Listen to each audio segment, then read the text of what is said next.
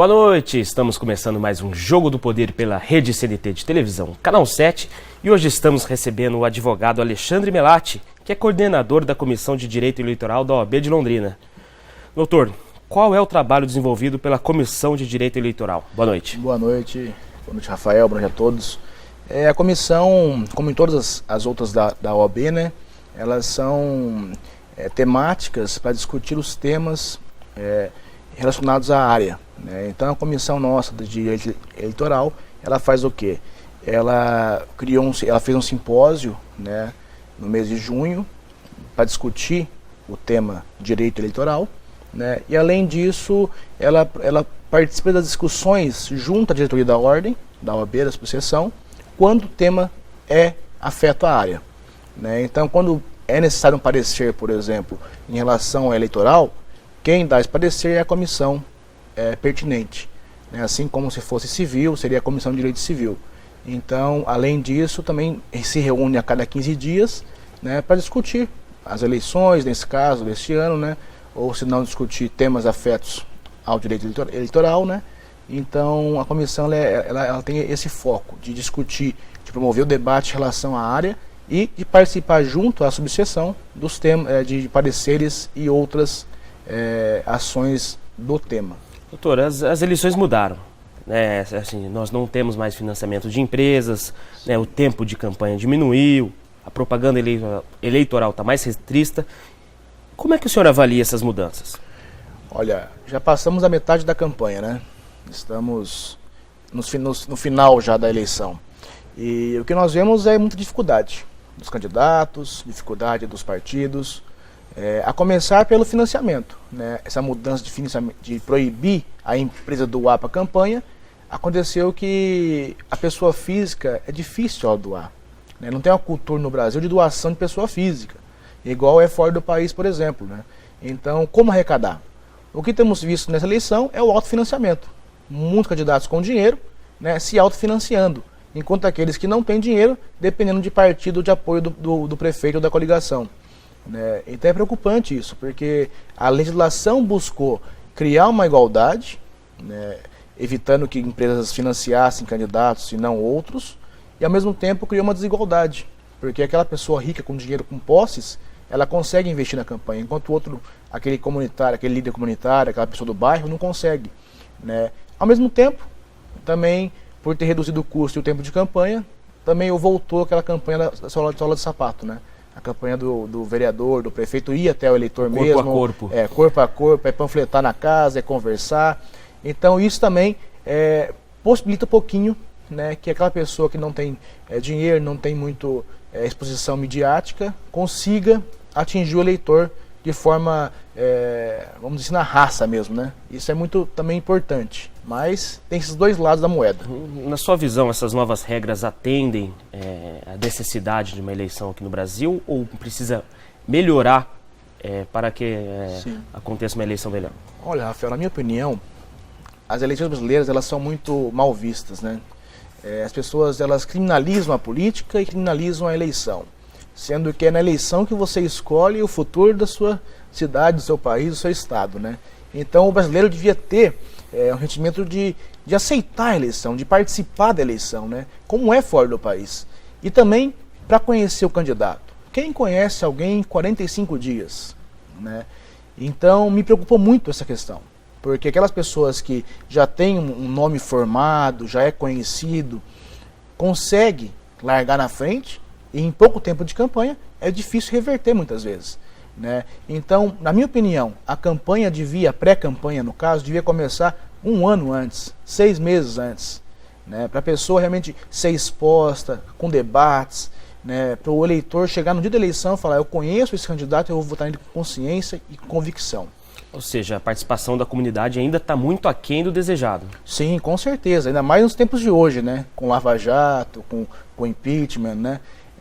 São muitas coisas que afastam ainda mais o eleitor da política da eleição. Né? E isso prejudica quem? Quando o eleitor se afasta, quando os bons se calam, quem domina, quem governa, são os ruins. Né? Então tem que ter essa aceitação pelo parte do eleitor, entender que é um momento de democracia, um momento importante, para a vida da nossa cidade. Nós temos aqui na região candidatos com a candidatura por desincompatibilização fora do prazo. Né? Isso pode ser uma consequência dessas novas regras? Como o TRE tem avaliado esse tipo de coisa? Na verdade, em relação à desincompatibilização, a legislação mudou, né, os prazos de convenção.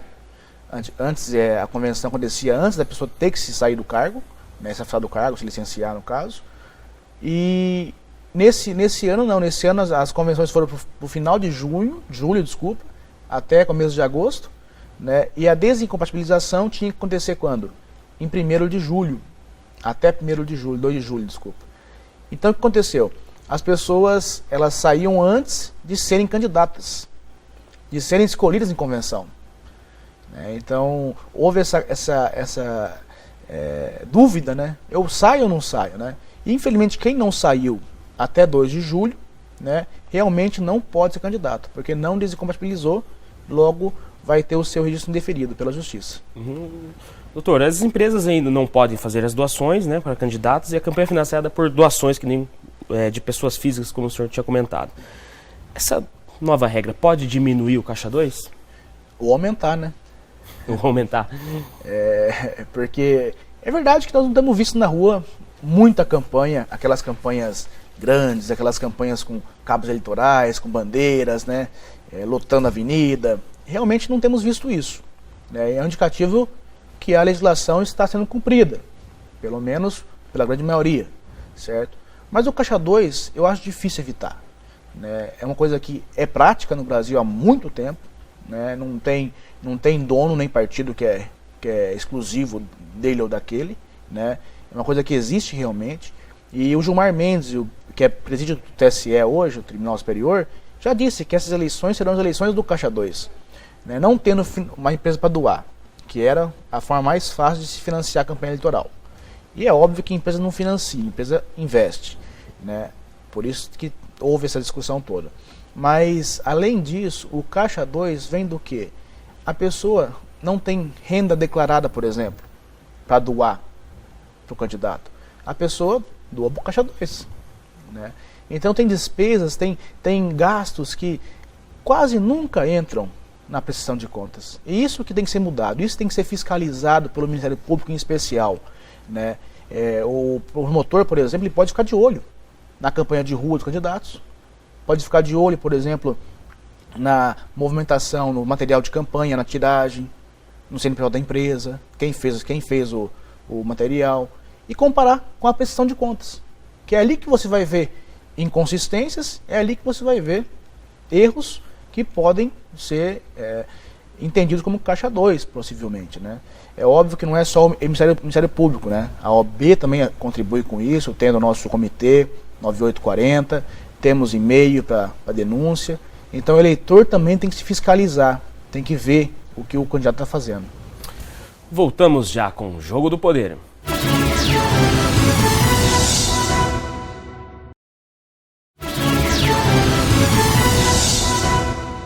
Voltamos com o Jogo do Poder e hoje estamos recebendo o advogado Alexandre Melatti, que é coordenador da Comissão de Direito Eleitoral da OAB de Londrina.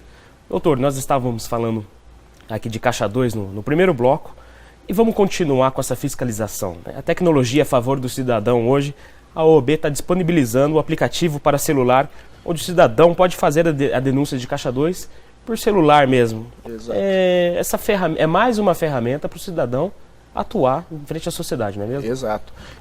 Além dos adversários, o cidadão eleitor é também o grande fiscalizador da eleição. Né? Porque ele que às vezes tem uma oferta de vender seu voto, de comprar seu voto, aliás, né? Então a OAB, ela disponibilizou esse aplicativo, chama campanha contra o Caixa 2, né? Tem no Google, tem na Apple também. E além disso tem outros canais, além do celular que é mais fácil tirar foto, né? Tem o 9840, comitê da OAB Londrina, né? E tem pelo e-mail também. E também ligando na ordem na secretaria, você pode passar denúncia que as pessoas vão dar o encaminhamento. O que a ordem faz? A OAB pega a denúncia, né, analisa, né, se é concreta, se tem indícios mesmo, se tem provas, e tendo, ela encaminha para o Ministério Público Eleitoral, que vai ser o responsável por representar ou por denunciar qualquer prática de ilicitude na campanha. Né? Falando em Caixa 2, essas novas regras, Lava Jato, a política está sendo vigiada, né, pelo Ministério Público, enfim, pela Justiça. Os candidatos estão tendo mais cuidado a cometer esses crimes, ou eles não estão acontecendo? Como é que é a visão sua como advogado? Eu creio que eles têm mais cuidado, sim, né? Eu não posso dizer que não está ocorrendo caixa 2, né? Porque é uma coisa que já vem há muito tempo. Infelizmente, o Brasil ainda peca na questão da fiscalização. Falta estrutura para o MP, falta estrutura para a Justiça Eleitoral, né? Que não tem juízes de carreira, por exemplo. Não tem promotores de carreira na área eleitoral. Tem promotores e juízes que são estaduais, tribunais de justiça, que são emprestados, vamos dizer assim, para as zonas eleitorais, né? Então, não há um corpo grande, técnico, além dos juízes, promotores, sucessores, né, para fiscalizar as eleições, né? Então, isso beneficia, lógico, quem faz a malandragem, quem faz esse caixa ilícito, né? Então, mas eu aconselho esse ano a tomar muito cuidado. Houve até uma reportagem essas semanas atrás, que falava que até gente falecida doa campanha eleitoral, né? Então, além do caixa 2, estão tendo um uso de laranja muito forte nessa campanha, né? Como não tem como comprovar a renda muitas vezes, a pessoa usa um laranja que tem renda para comprovar e doa, ou a pessoa doa acima do teto que pode ser doado e não sabe. Depois vai ter que pagar uma multa em relação a isso. Já que o senhor tocou no assunto malandragem, vamos continuar com ele. Infelizmente, na eleição a gente sabe, né? Tem candidato colocando gasolina no carro, ou pagando algum dinheiro para andar com adesivo, dando material de construção, enfim. Quais são as consequências para esse candidato? Olha, caso denunciado. Em caso de denúncia, ele pode perder o mandato se for eleito, né? Porque isso, além de ser captação ilícita de sufrágio, compra de voto, né? Também pode, em outros casos, se não for especificamente em relação à gasolina, a benefícios, né? Pode configurar um abuso de poder político ou econômico, por exemplo, né? Até mesmo aqueles casos que a pessoa gasta dinheiro muito dinheiro numa campanha ou numa pré-campanha, né? Ou publiciza muito coisa nos jornais antes da campanha, pode, depois de eleito, configurar um abuso de poder político e econômico. Então, há muitos riscos para esses candidatos. Mas alguns fazem ainda, né?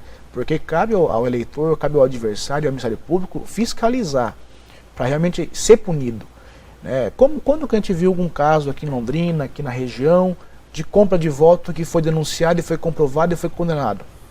Eu não me lembro, né? Nos últimos anos. O histórico não é favorável. Então, ou seja, ou está faltando denúncia, ou está faltando efetividade da justiça, né? Eu creio que falta denúncia, ou falta provas da denúncia. E é esse que é o grande problema da área, né? Como provar um caixa 2? Como provar uma compra de voto? Como? Então lá tá o seu José tá lá na casa dele, lá no feriadão do domingo. O candidato chega oferecendo a gasolina. Como é que o cidadão pode agir para denunciar ele gravando no celular, ele gravando o áudio, o vídeo? Isso pode ser usado como prova? Há uma discussão muito grande no TSE e na doutrina eleitoral em relação ao uso de prova ilícita, né? Ou gravações ambientais, que eu tô com meu celular e gravo. Ao mesmo tempo, eu entendo pessoalmente que tem que ser válidas. E por que tem que ser válidas? Porque não há outra forma de comprovar, certo? Ela ali é uma prova substancial. Se não houver manipulação, se não houve corte, se for uma gravação anticorreta, não tem por que não ser utilizada. Se é o único meio de prova, né? Além de testemunha, por exemplo, né? Que no direito eleitoral, por exemplo, já teve casos no TSE de ter tido uma compra de voto comprovada e a pessoa perdeu o mandato. Porque você pega esse um voto e imagina, não foi só um voto que ele comprou, foi muito mais do que isso. E aí você julga e condena a pessoa. Já teve casos na justiça que aconteceu isso. Ou seja, se chegou um voto com toda essa dificuldade, o que se ambienta é que tenha mais. O que presume é isso. E muitos eleitoralistas me criticam isso aí, porque é uma presunção, né, contra o denunciado, o investigado, né? E isso na justiça é meio complicado também. No meio jurídico já há o entendimento de que essas provas valem? Não há um entendimento firmado. Há várias correntes, né, vamos dizer assim, inclusive do próprio TSE e dos TRS, né? Alguns consideram que essas provas ilícitas não são válidas, não devem ser utilizadas, né? E outros entendem que não, como é o único meio de prova, deve ser usado pelo juiz pela sua convicção. Porque o juiz forma convicção. Ele valora as provas, tem testemunha, tem essa gravação, ou tem a gravação, tem testemunha contrária à gravação. Ele é o responsável por valorar qual prova que ele vai usar para se convencer daquele caso, né? Como é que o senhor avalia também ao candidato que compra o voto, mas o cidadão que vende, como é que o senhor analisa? Esse é o grande problema do Brasil, né? Não são todos que vendem o voto, mas aqueles que vendem, eles não podem criticar o que nós vemos nos jornais todos os dias aí da política, né? E é incrível como a gente vê no Facebook da vida, né? O pessoal criminalizando a política, os candidatos, né? E ao mesmo tempo é aquela pessoa que quando você pede para colar um adesivo, fala, o que eu ganho com isso? Né? O próprio eleitor. Então nada muda se você não mudar, né? Só vai mudar lá em cima, começando por baixo, pelo eleitor. O eleitor se conscientizar de que não tem que ganhar uma gasolina para pôr um adesivo, tem que pôr um adesivo porque conhece o candidato e confia no candidato. Esse é o assunto do nosso próximo bloco. Voltamos já com o Jogo do Poder.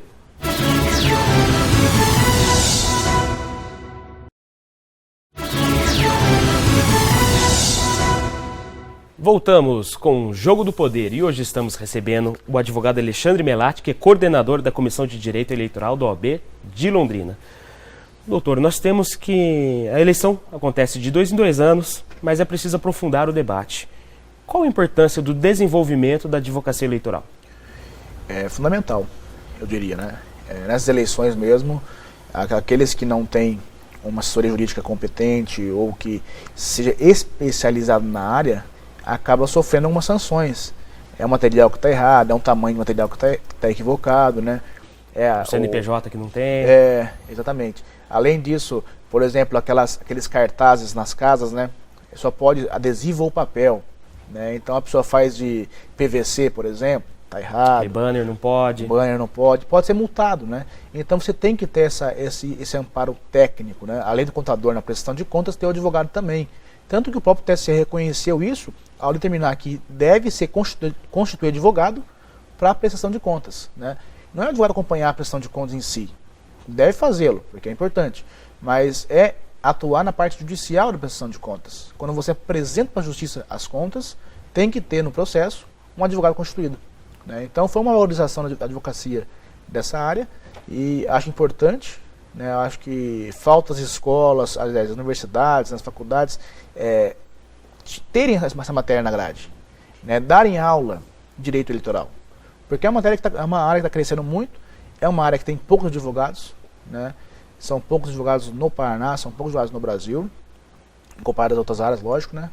E o nosso estado, aliás, é um estado que está sendo reconhecido nacionalmente como um polo dessa área, né? Temos o IPRAD, que é o Instituto Paranaense de Direito Eleitoral, né? Que é em Curitiba, e tem grandes advogados, que advogam para o Brasil inteiro, né? Então, eu creio que o papel do advogado, como em toda a justiça, né, é fundamental. E nessa área também. Essa área tem sido desenvolvida, né, nos últimos anos, mas ela não deixou de ser importante todos os anos atrás, né? Você tem, que nem você falou, esse desenvolvimento, ele vem com o tempo, ou a prática vai dizer qual é a importância? Olha, ele vem com o tempo, sim, mas a própria prática, a legislação que muda muito, né? Cada eleição é uma lei nova praticamente. A Lei 9.504/97, que é a Lei das Eleições, seria, em tese, uma legislação permanente. Ia ser aquela a legislação e pronto, acabou. Mas não. Em cada eleição foi mudada, alterada. Era um artigo que colocava, mudava um outro artigo, um parágrafo.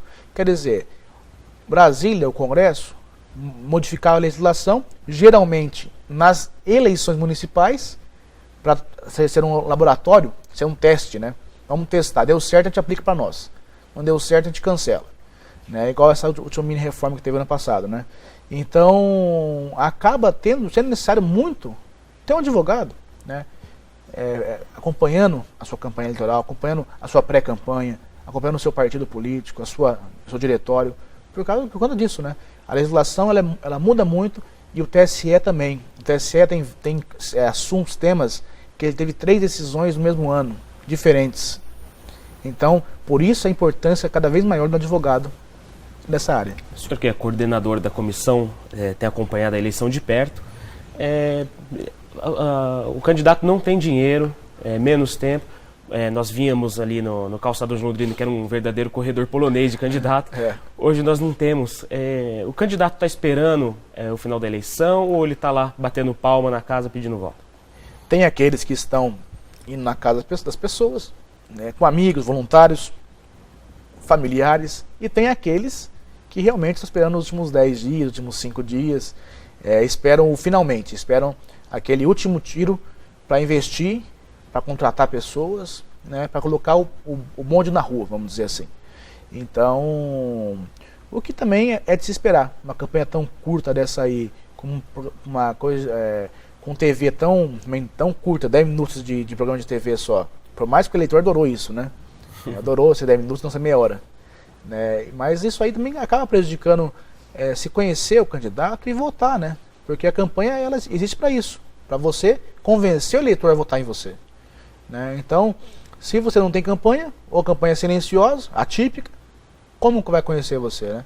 Eu creio que vai ter muito voto nulo esse ano, muito voto em branco, né? Porque além da própria criminalização da política, também tem a questão de não saber quem votar. Né? Como é que o senhor avalia a atuação da Lava Jato? Eu creio que ela tinha tudo para ser um divisor de águas no Brasil, né? Mas me parece que não está sendo e nem vai ser, né? Vamos dizer assim. Isso porque cada dia a gente vê uma notícia de que querem obstruir, de que querem tentar bloquear, né? E também tem que ter muito cuidado com essas prisões midiáticas, essas questões também do Ministério Público chamar uma reunião, uma apresentação, apresentar, né, todo um esquema. É complicado isso também, sabe? Porque, querendo ou não, gostando ou não de tal pessoa, nós temos que ter a questão da Constituição, que garante que todo mundo é inocente, até transitar julgado uma sentença. Mas que o STF mudou isso também, né? Mas é inocente, então você expor na mídia a pessoa dessa maneira, acaba pré-julgando e condenando muitas vezes, né? Então isso é muito perigoso também. Mas eu creio que tem que avançar ainda mais. Se for preciso, peguem todos os partidos, peguem todos os candidatos. Não importa, né? O Brasil precisa ter um novo tempo, o Brasil precisa ter honestidade, precisa ter ética e precisa ter realmente avanço.